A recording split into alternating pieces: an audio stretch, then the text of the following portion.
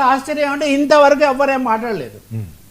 మాట్లాడితే వాళ్ళని అవమానించారు, వీళ్ళని అవమానించారు, సంస్కారహీనులు అది ఇది అనేటటువంటి పెద్ద మనుషులు కానీ, కూటమి పెద్దలు కానీ, సర్కారు పెద్దలు కానీ ఎవ్వరూ ఇంతవరకు పెదవి కదిపినటువంటి దీంట్లో పోలేదు. దురదృష్టకరమైందనో లేదా అనుకోకుండా జరిగిందనో ఇలాంటివి అవాంఛనీయమైన ఏదో ఒకటి అంటే బాలకృష్ణ అంటే వీళ్ళంతా అంత ఆయన మీద మాట్లాడితే ఏమవుతుందో అన్నంత పరిస్థితిలో ఉందా కూటమి తెలియదు. నేను ఉదయం కూడా చంద్రబాబు గారు మాట్లాడుతుంటే చూసా, మన దగ్గర ఆ టాపిక్ కూడా ఉంది. మరి ఎందుకని ఎవ్వరూ మాట్లాడలేదు, అల్లుడు మాట్లాడలేదు, బావ మాట్లాడలేదు, ఒరిజినల్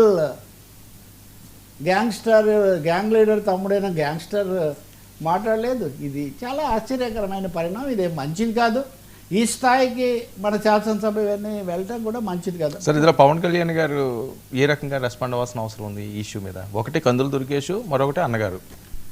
అన్నిటికంటే ముఖ్యంగా రాజకీయ పొందిగా అన్న ఇప్పుడు మాట్లాడితే చిరంజీవి మద్దతు అనేది కనిపించని నీ వెనక ఏదో పవర్ ఉందమ్మా అని అత్తారింటి దారేదిలో అన్నట్టుగా పవన్ కళ్యాణ్ పవర్ స్టార్ వెనక ఒక పెద్ద పవర్ చిరంజీవి, మెగా పవరే అది. అది అందరికీ తెలుసు. అంతకుముందు ఏం మాట్లాడినా ఇప్పుడు ఏం మాట్లాడినా కానీ ఇప్పుడు ఆయన్నే అంత మాట అంటే ఎవడు అన్న తర్వాత ముందుకు వచ్చి వెంటనే స్పందించకపోతే కాన్ఫిడెన్స్ షేక్ అవుతుంది.